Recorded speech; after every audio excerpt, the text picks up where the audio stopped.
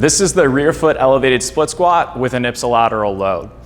We're gonna set up some risers, some steps, or some plates. So that way we have about this much elevation right here.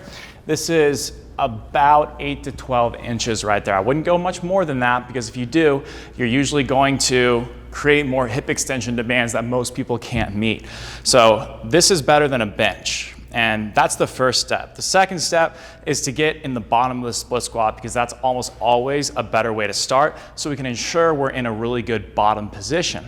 Now, we need to have the back knee underneath the back hip, and we need to have more of a forward shin angle on that front foot there. So the knee will be traveling towards the toes more so than any other split squat variation.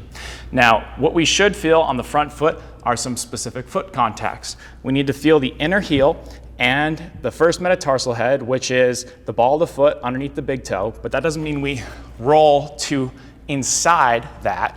We keep the whole foot flat. It's just that that's where our pressures are. Now that we have that, we're gonna grab a weight and hold it in the same side of the leg that's forward, and we're gonna have a slight inclination in our torso.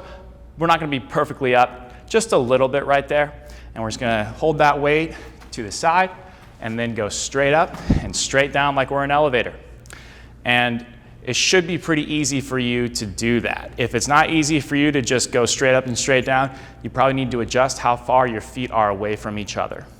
The most common mistake on this is that people will overly extend through their low back, and they will lose their stacked rib cage over pelvis. So you need to keep your ribs down without slouching. What that feels like is if you were to be tall and then exhale fully, you'll feel your ribs come down at the end of that exhale. That's where they should be. Maintain that the entire time. And with any rear foot elevation, And with any rear foot elevated split squat variation, if you feel a ton of a stretch on a back leg, quad, you know you probably have too much elevation and you need to go down from there. That's usually the indication that you have too much of a hip extension demand, which comes from too much height.